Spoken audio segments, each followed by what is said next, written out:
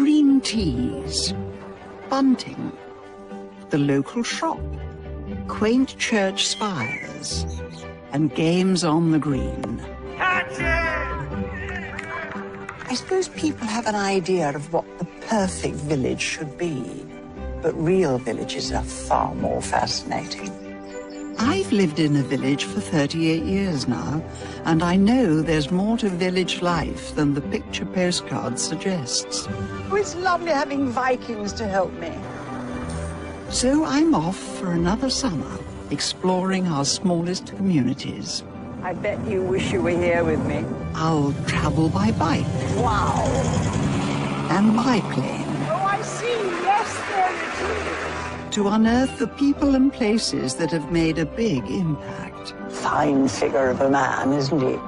My inspiration is the Batsford Guides, whose words and pictures from the 1930s offer a window to the past. But I'm discovering what it means to be a village today, and it's incredible how rich and varied our country is. The more I see, the more curious I am. Why do we all love this quintessentially British institution? It's lovely, isn't it?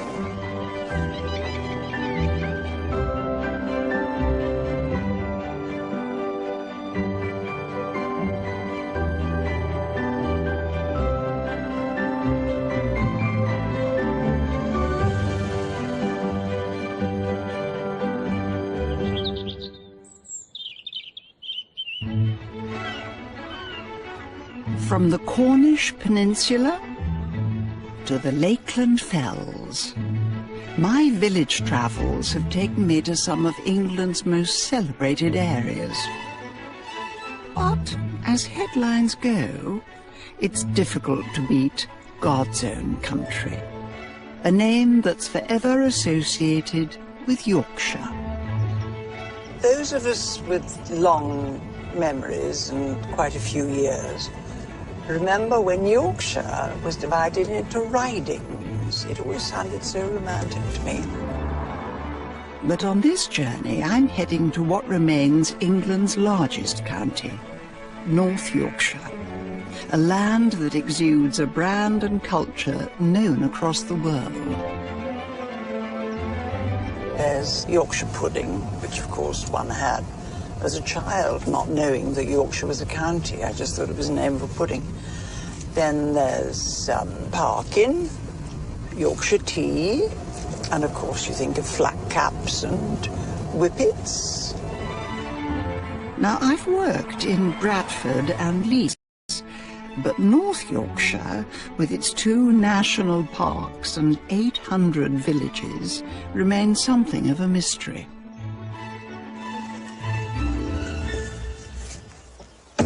This is rather interesting. My Batsford Guide is not called The Guide to Yorkshire.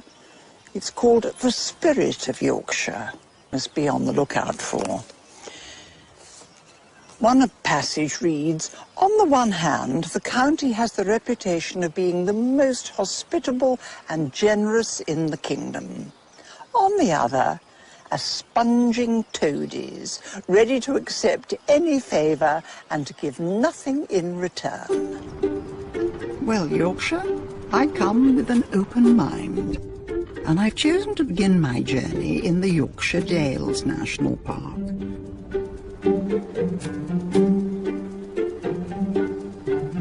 I'm driving north over the flanks of the Pennines to reach a remote valley, or dale, I should say, that many visitors fail to get to. Oh, here I am at the top looking down. This must be Swaledale. With ancient fields, distinctive stone barns, and limestone villages, Swaledale was a place my guidebook chose to illustrate. Agriculture still rules in villages like Thwaite. Agriculture and tourism, that is.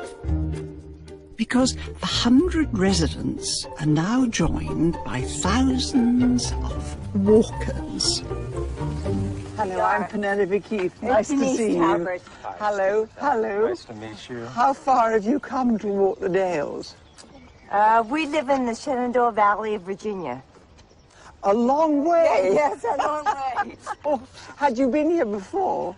In 2008, we walked the coast-to-coast path. And It was lovely. in Kell, the Pennine Way and the coast-to-coast intersect. And I said, where's the Pennine Way? We say Pennine. Pennine. Sorry.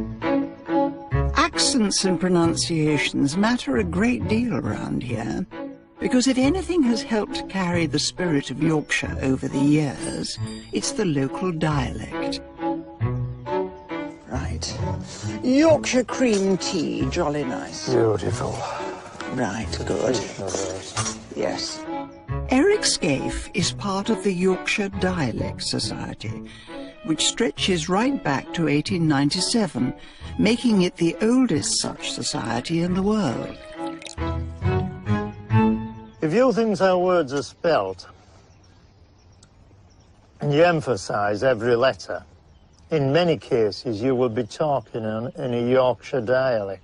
Where's an O and an R in water that you people in the south put in? Water. There isn't an O and an R in water, it's water. Of course it See? So why put an O and an R in it? It's the true English language. Travelling here, coming over that pass, it's terribly, terribly isolated. Even in the 21st century. Yes, the dialect in this area is probably the best preserved of any English dialect. You know, it's small pockets of farming communities. That's why the dialect has been preserved in these areas more. It hasn't been watered down. No. By the different industries and towns. It's still the true Viking dialect. So, if you want to hear how English might have sounded centuries ago, Swaledale is the place to be. But there are just a few dozen folk left who offer a true window to the past. Hello. Hello. And is the girl here, how? I don't know what that means. Please tell me. Are you well? Yeah, oh, I'm fine, thank you. That was... John Waggett's family have been farming in this dale since the early 1600s. What's Gale?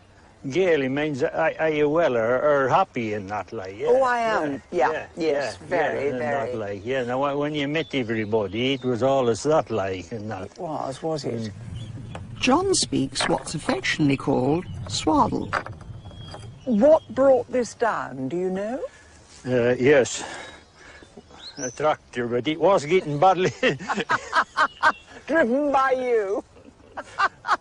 But it was getting badly kessen.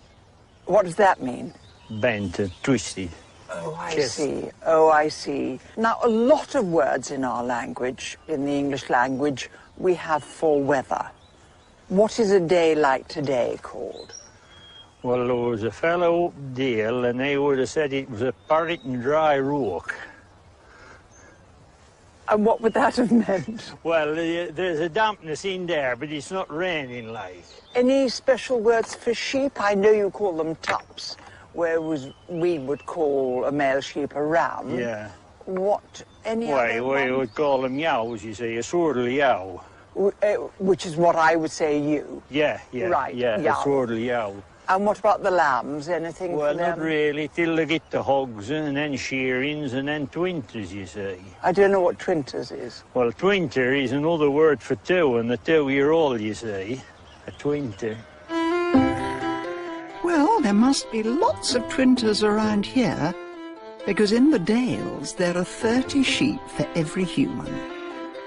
And while I like humans, I positively love sheep. Swaledales can be found all along the valley which gave them their name. But I'm heading to Keld, the highest village of all, where I'm meeting Raymond Calvert of Hogarth's Farm. where the sheep have been shown since the very first Swaledale shows. One of the exhibitors of that day showing the sheep was from Hoggett, here from this really? very farm. So an ancestor of yours? You know, as a bit of proof, there's one of the cards from the very first show, ribbon as well. The ribbon as well, it's just wonderful. Wednesday, 27th of September, 1893. An aged tup. How old is an aged tup? It can be anything from around about 3 years above. And a tup lamb. Swaledale wool gets turned into rugs, carpets, and even insulation. But I think Raymond and his son Andrew are passionate about their local competitions. They've already chosen their best ewe for a show tomorrow. How old is she? Just a shearing. That means she's... 1 year old. One. Yeah. One. She's fine. And why did you pick her to go to the show? Picked her particularly because of the distinctive black and white she has. I mean, it looks as though it's makeup. Doesn't it? It really does. I promise you it isn't. But those beautiful eyes. Raymond, if I was a judge, which I'm not, because I just think she's beautiful. You're doing pretty well. I'm quite impressed by the way you're feeling the hair, and it does rather feel almost bristly and hard. I was going to say it's like a Brillo pad.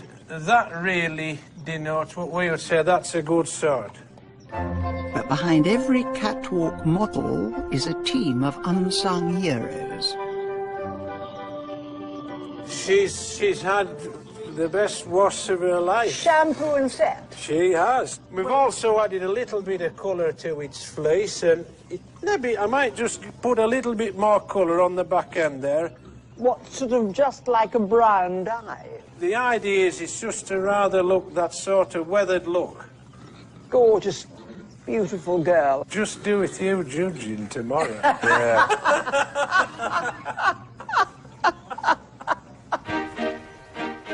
Well, I'm happy to report that the day after my preliminary inspection, things went rather well. Competition amongst Swaledale farms is clearly quite intense, but Raymond and Andrew's beautiful shearling won first place. Maybe I should be a judge after all.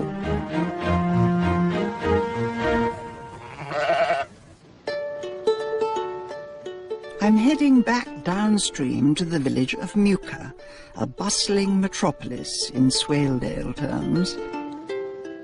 It grew thanks to an old lead mining industry in the surrounding hills, and now boasts a pub, a parish church, and even an art gallery.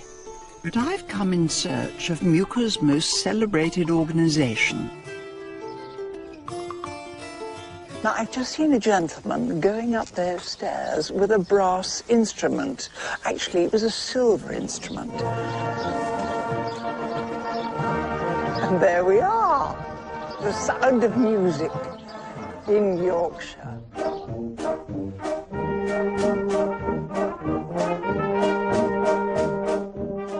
The Muka Silver Band have been bringing music to the Dale since 1897. Their first public appearance was for Queen Victoria's Diamond Jubilee. Brass bands were common amongst the lead mining communities of Swaledale, and even from their early days, Muka invested in more expensive silver instruments. For 50 years, the all-male band were the centerpiece of village events. But of course, all the best village events take place outdoors. All the members of the band have said that they will play in their uniforms in the rain for me. I feel very privileged. The male band members are now joined by a host of women and children. And I'm sure this was the first time any of them have played in the rain. Stand close to each other. Of course, the thing is, unlike a stringed instrument, this is all right if it gets wet. It's all right, yeah. And do you have to polish it? No. Try and get my wife to do it. You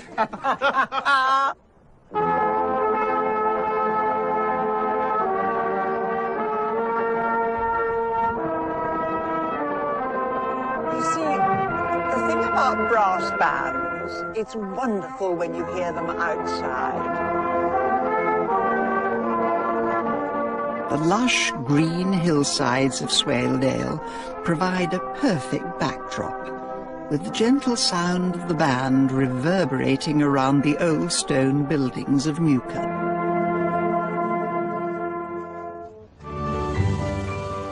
Next, I meet a Dales lady who bared all for her community. You're July. Yes, I always say I'm the hottest month. And I head to the moors to join hardy folk keeping Viking traditions alive. Things I do for television.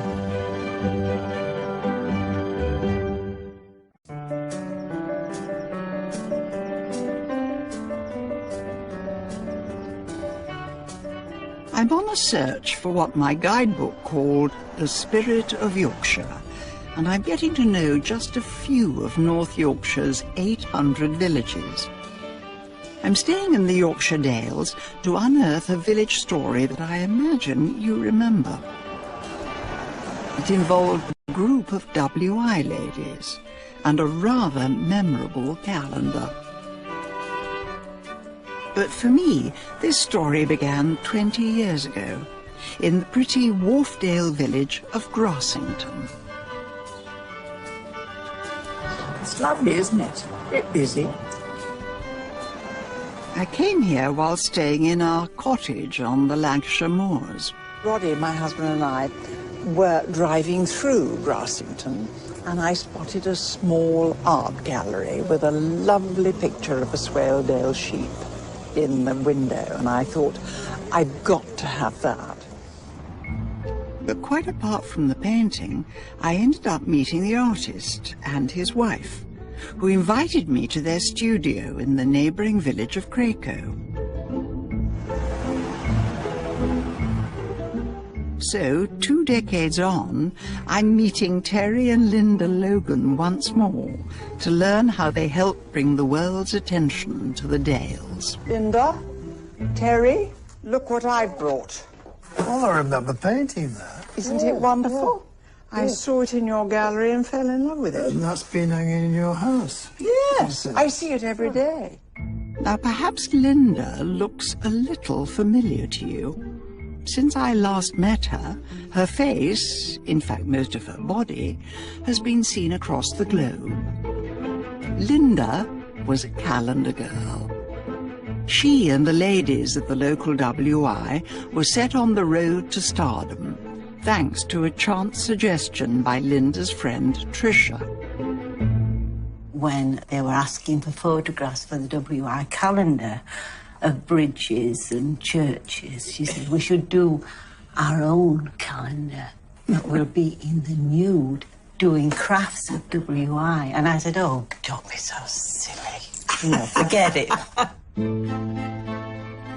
The unusual idea was firmly parked until Linda's friend and neighbour, John Baker, was diagnosed with cancer in February 1998. He didn't live long after that. And to keep Angela, his wife, busy through the winter, I said to Trish, let's do that calendar. Give her something to think about. So she put it to a few ladies. But what did people think? I mean, did they think, oh, hell, we'll have to go on a diet? That's what I did. No, they didn't. We didn't, because we didn't think we were going to be famous. No. We thought it was just for the village, yes, to make a few £100. And maybe that would have been the case, but for the excellent work of their photographer. I said, what about Terry? who they all knew as an artist. Right. I said, I think he's got all the equipment. And I'm sure he could take nice photographs of us. I did some rough sketches beforehand to show people exactly what we were going to do. Yeah. This sort of thing. That's lovely. Yeah. That's Linda. Lovely. Piano. Angela playing the piano. And of course, I love the fact that it's got Jerusalem up there. Oh, well, it had to have it. Yes.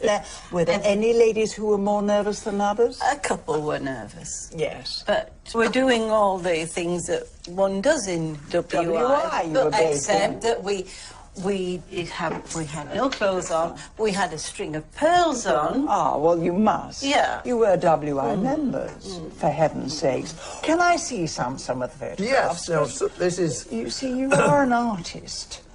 Now, Linda, this is you're July. Yes, I always say I'm the hottest month. Quite right. The consensus is that just like their jams, the ladies from the WI are very well preserved. And from that day on, it hasn't stopped, really. It's extraordinary. Absolutely amazing. The Calendar Girls' story has become a successful film, a stage play, and recently, a musical. We didn't do it because we thought we were beautiful women. Oh, but you are. We did it to hopefully, well, keep Angela going. For, you know, and to make some money for a charity dear to our hearts. And they've certainly done that.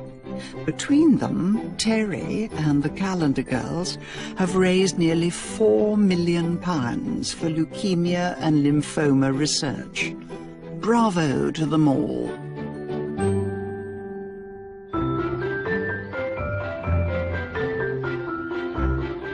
It's time for me to leave the Dales, lovely though they are, and head east to another national park, the North York Moors. Wow. That is mighty big. A landscape you can see for miles. It looks wild, doesn't it? Rising to nearly 1,500 feet in places, this is the largest expanse of moorland in England and Wales. And I'm heading to what might just be its ultimate village. Here's a sign for Ghostland.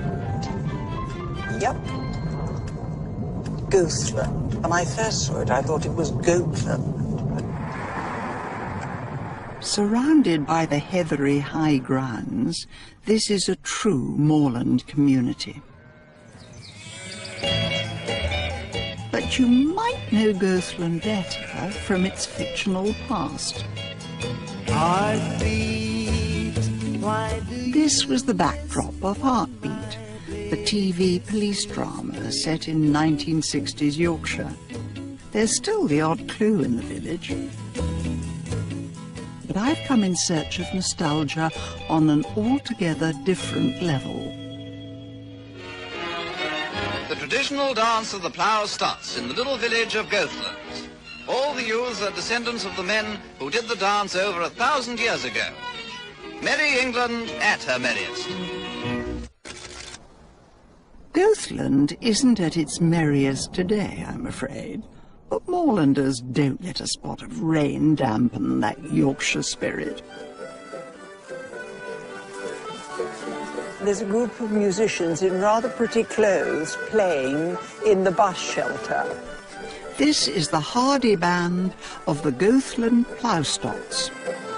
Oh, there's other people walking down the road in the same sort of clothes.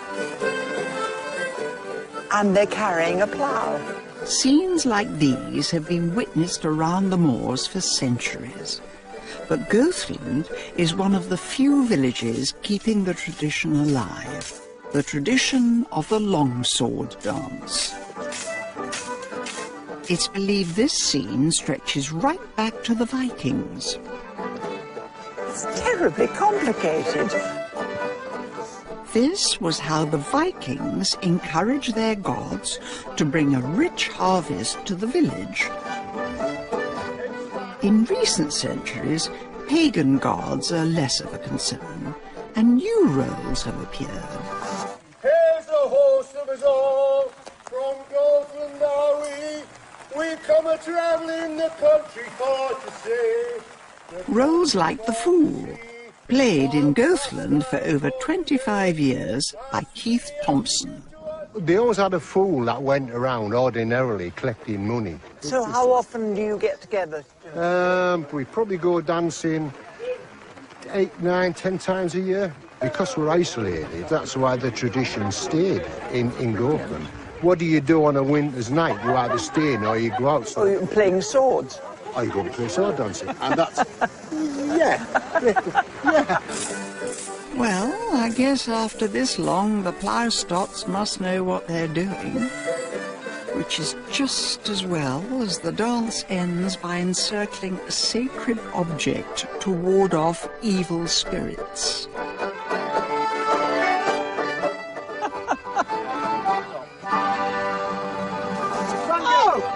I feel as though my head's been cut off. Thank you, gentlemen. Thank you.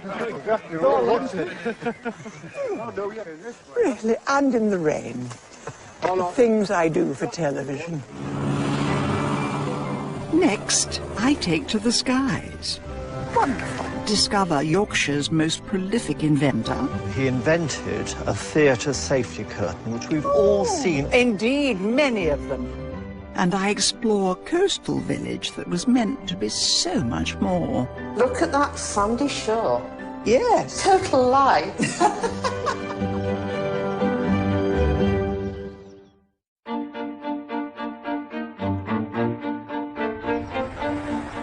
I'm on a journey across North Yorkshire, and I've arrived in the heart of the moors. Quite the most expansive English landscape I think I've ever come across. And if there's one way to understand a place like this, it's from the air. Are you ready for this? Yes, indeed I am.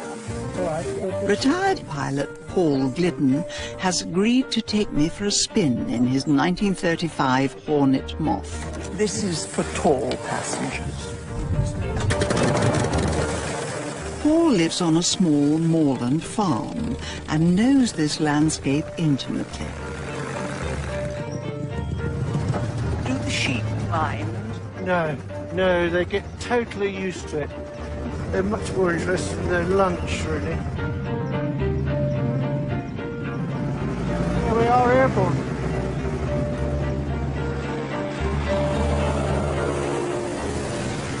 Wonderful.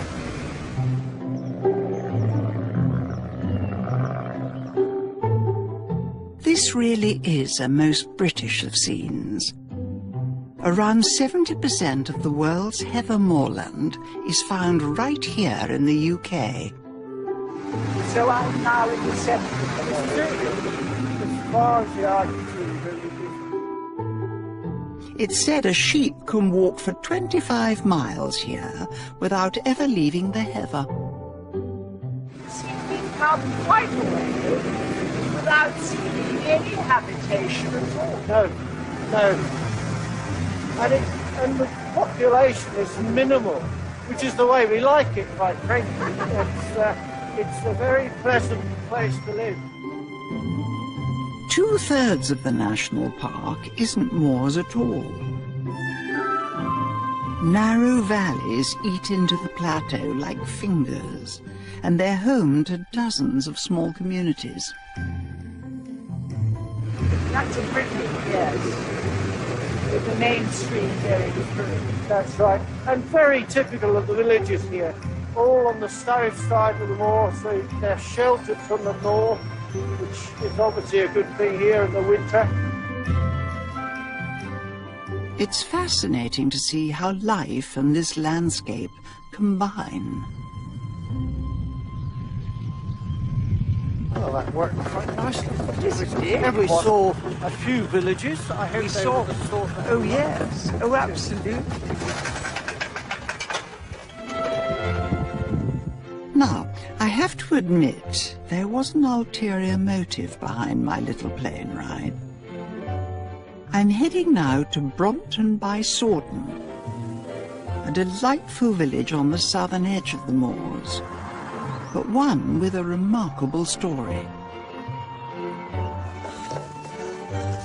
The birthplace of aviation. What an extraordinary claim. I thought that happened in America. The Wright brothers, Orville and Wilbur, they're the duo usually credited with inventing flight in 1903. But Brompton by Sawden begs to differ. There's a chicken crossing the road. Do you think the birthplace of aviation is another village joke? But no, it really isn't. Because on the edge of the village is Brompton Hall, once the home of Sir George Cayley, 6th Baronet, owner of a cool 9,000 acres round here. But when he wasn't busy with life as a titled landowner, he was an insatiable inventor. Leading me to the bottom of Sir George's garden is Vivian Bairstow, his great-great-great-great-grandson-in-law.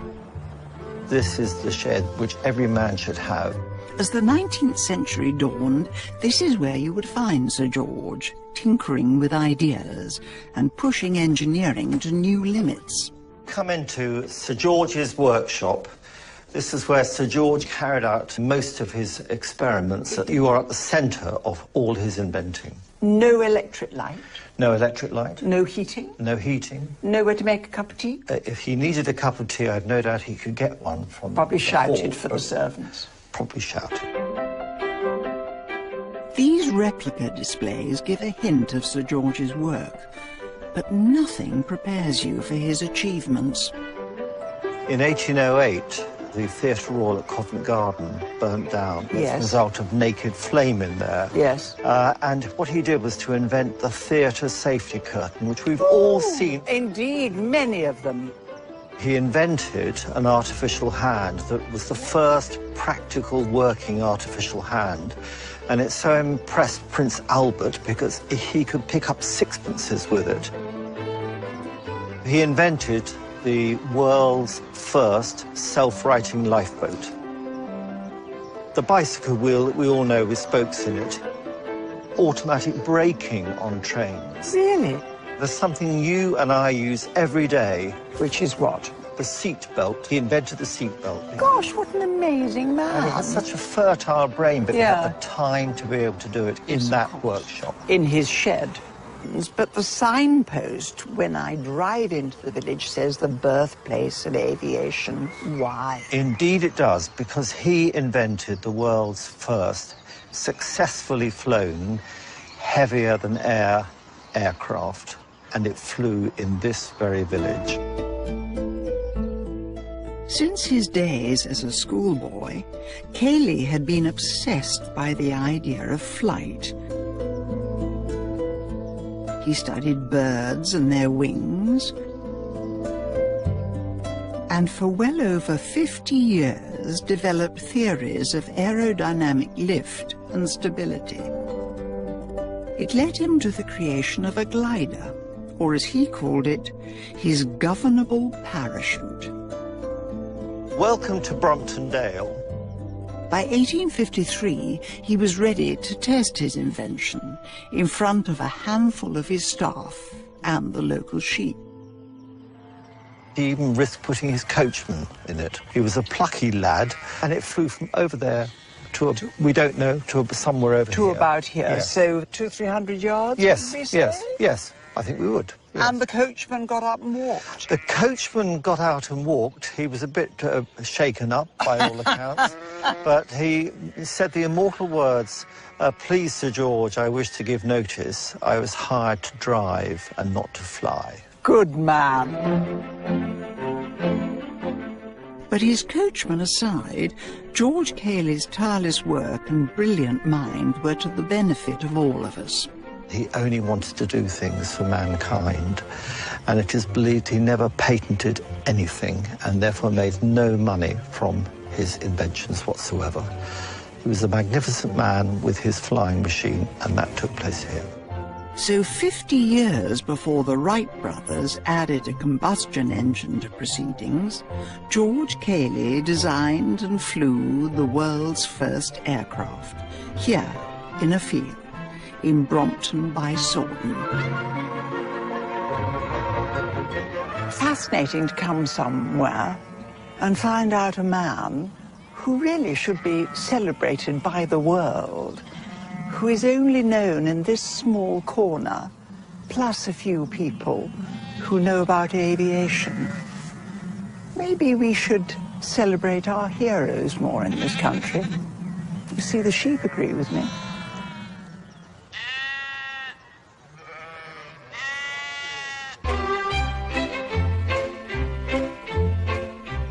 I'm heading further east across the moors until I can go no further. The national park runs right up to the North Sea coast, where a rather different side of North Yorkshire can be found. With the advent of the railway, the 1800s saw thousands of folk rush to this coast to indulge in that great Victorian staple, the British seaside holiday. Whitby turned from fishing to tourism, and Scarborough, just down the coast, built one of the largest hotels in the world. But I'm heading to a cliff-top location to find a village where this Victorian revolution was meant to continue. Welcome to the strange world of Ravenscar. I've been to quite a few villages now in my time, but I've never been anywhere quite like this. You see, my sat-nav tells me this is the centre, the village green. But there's only one house here, and this is the railway station. But there's no railway. I'm going to have to find out more about this place. 120 years ago, there were a few scattered houses here, a tiny community known as Peak. But a London property developer bought the land and decided a catchier name was required. The railway had arrived a few years earlier, so why shouldn't Ravenscar become the new Scarborough? The property developer had big plans. I'm visiting Val Russell, who's lived here for 35 years, to find out what did, or rather, what didn't happen. Val. Hello. I'm Penny. Lovely to meet you, Penny. Thank you. Thank Would you you. like to come in? I'd love to, thanks very much. There's an old original sale catalogue, which came with a map. It's quite old. Oh, it is very old, isn't it? And we have to be... Oh, look! But... What a plan! Yeah? It was going to be a town, wasn't it? I was at the railway station. Now, that is there, isn't it? That's Station Square, yeah. So this should have all been lots and lots of houses. There's only one on this side, isn't there? We're here. That's you? Yeah. So all these were going to be built? They were. So this was 1905? Yeah. And this was given to us by Monica Nelson from York. I think it was her aunt. Yes. Bought a plot, and there is the actual... Deed of sale. The deed of sale. Bit expensive. Well, £18. Well, then, I suppose it was. I suppose but they only had to pay a deposit, a small deposit. of £1.16 £1 16 shillings. Isn't that extraordinary? And was this one ever built on? Virtually nothing was built as a result of these sales. The truth is, Ravenscar had an insurmountable problem. It wasn't actually by the sea. It was 600 feet above it. And if there's one thing the late Victorians wanted, it was to be by the sea. This is a picture of a railway poster, making it look absolutely wonderful. Yes, of course, and you can get to the sea easily. And look at that sandy shore. Yes. Total lie. It's shore as opposed to beach. It's lots and lots of rocks. And, of course, it's just an easy little trip down, isn't it, according to this? So, whilst large numbers rushed to reserve a plot of land for £1.16, fewer than 50 houses were ever actually built. This is Marine Esplanade. Sounds rather grand, doesn't it? And here, you can see this is where the curbstones of the rather glamorous road would be. And, of course, a drain cover, which you don't normally see in country villages, certainly not as big as that. Here I am, 1905, come to view my plot of land, and which is by the sea. So I walk along here, this wonderfully manicured path, but I haven't brought my rope with me, so I can't abseil down. But for the small matter of 600 feet, 3,000 or 4,000 people might now be living here. Instead, Ravenscar remains a village of a couple of hundred. But you have to wonder about the canny salesman who was selling plots and dreams here just over a century ago. Probably went to Spain and lived on the Costa Brava on the proceeds. Next, I discover the boyhood home of Captain Cook. Fine figure of a man, isn't he? No shirt, North Yorkshire. Ooh. And there's the fishing village that swapped fishing nets for artists' easels. Do you paint here often, as they say?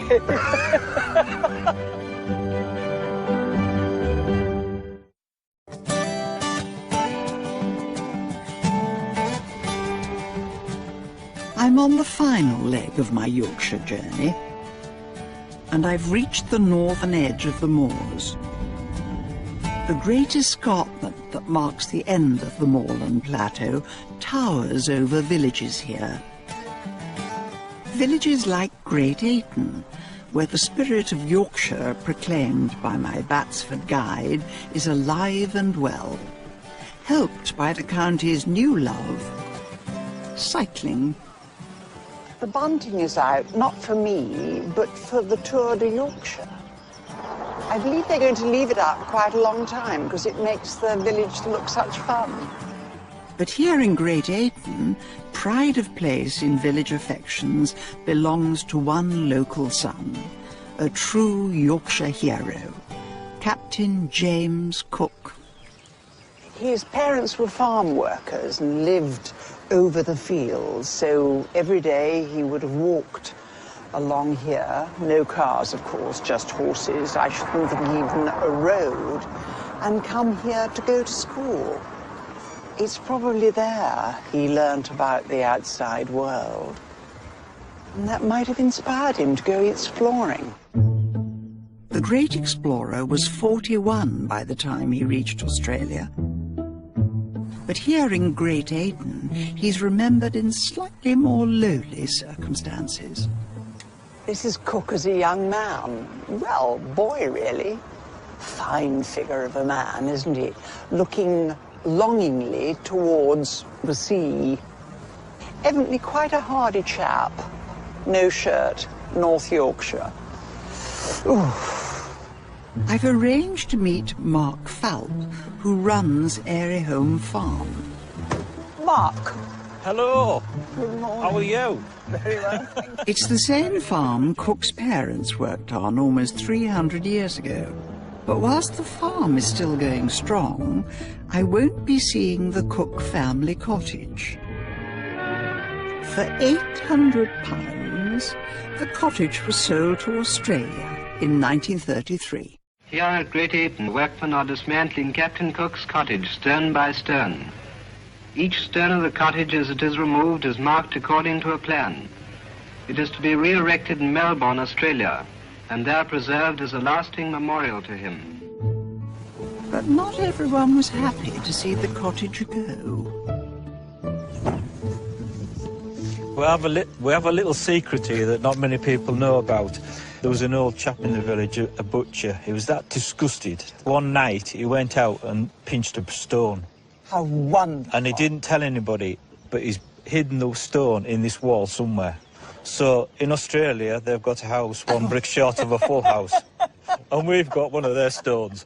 But we don't know which one it is. And don't tell the Australians, but Cook may never have lived in their cottage anyway. Local wisdom says it was little more than his parents' retirement home. And the villagers here have a new theory about where the boy Cook was raised. I love styles like that, well worn, isn't it? I prefer a kissing gate. A photo from the 1930s recently came to light showing a clump of trees overlooking Mark's farm. On the back of the photo was a note suggesting that this may be the site of Cook's house. That was enough to spur the villagers into action earlier this year. And with the help of archaeologist Kevin Gale, their efforts have been rewarded.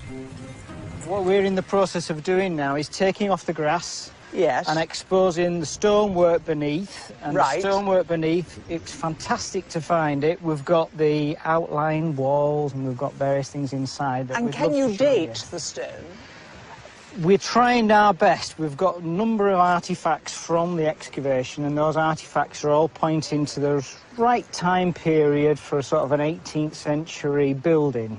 And we know by the mid-19th century, by the time that the maps were being made of this area, there was no building here at all. It's gone completely. And all these people helping you, are you all archaeologists? Are you all archaeologists? No. This is a genuine village initiative. There's a real desire to get to the bottom of a local myth. We've got the perimeter walls, and the best find to date is this in the corner. Yeah. We've got the remains of a fire. Must have been terribly cold in winter, mustn't it, up here? It must have been for Yorkshire people. Oh, of course. I'm just a soft southerner. The truth is, the team here will never be able to prove this was where the young Cook played by half. But the story is enticing, and you can't overlook a great local tale. These aren't all archaeologists. These are people who live in the village and come up here in weather like this to find out more about their famous son. Remarkable.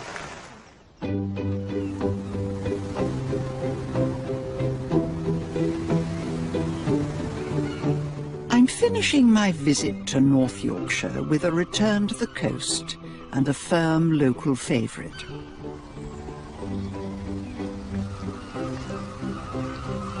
I love the sea. Listen to that.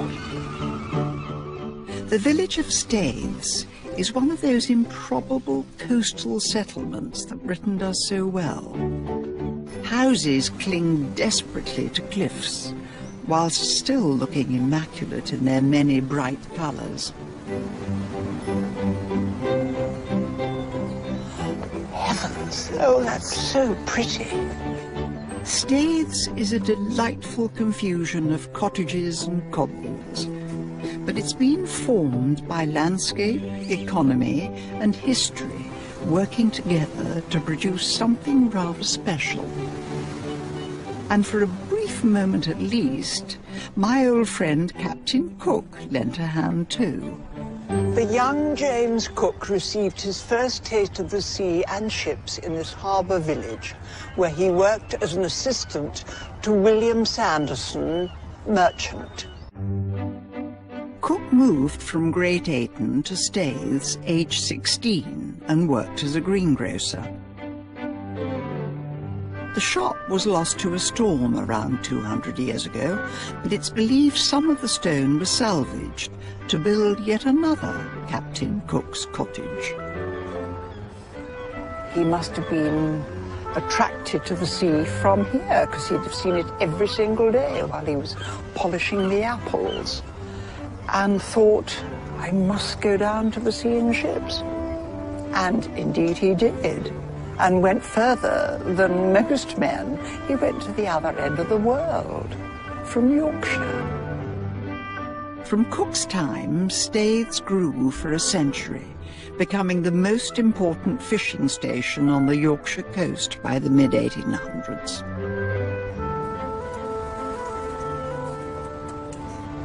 It's an enormous harbour for such a small village. But then you have to have protection from that wicked, wicked North Sea.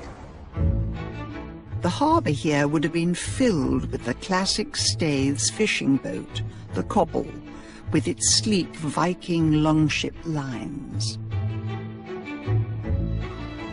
Today, Sean Baxter balances fishing with running tourist excursions and can tell me about the gritty life of the 1800s. It was extremely tough. It was more than tough. It was because it was so isolated. Yes, of course. When there was a death, when the breadwinner was killed at sea, the family starved. The family starved, and it's hard to describe how grim. We have this little tiny, beautiful painted area, and we see this in its light, but it was incredibly grim.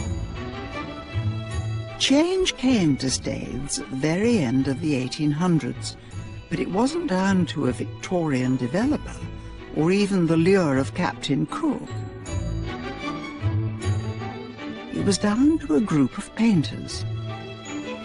Inspired by impressionists like Monet and Renoir, artists came here in search of a gritty Yorkshire spirit in a quite wonderful setting. You're sitting in the pub on a night time and you're watching the light over here. Yeah. The pink light. The lighting here is absolutely fantastic. They came up and made this little colony and stayed with the fishermen and stayed in the little attics and the little garrets. So they would have paid them money? Oh, gosh, yes. For lodging? Yes, absolutely. And food? And food and lodgings, and these people would have looked after them. It would have been part of their summer season to have the artists there. Some of the paintings are incredibly dramatic of the beaches, boats washing up on the beach. Really? And they saw this quaintness, but with this harshness as well. The Staithes group, as they became known, did a fantastic job of capturing the essence of life in the village. Since then, the fisherfolk of Staithes have mostly gone, along with nearly all their boats. But what few cobbles remain are still being painted. And the thing is, I'm here all through the year when the winter's freezing cold, Yes. and the northeast wind cuts you like a knife. and we see it in all weathers, you know. Do you paint here often, as they say? I mean, I live near Oxford, so, but there are courses here, you know. And I see. I've been on 3 courses and then a couple of holidays. I do see it coming back. And who can blame him? From surprising coastal communities to life surrounded by the moors and the beautiful dales with their preserved dialect, village life in England's largest county has proved as diverse as the surroundings. And as for the sponging toadies I was warned about, well, I've not found one.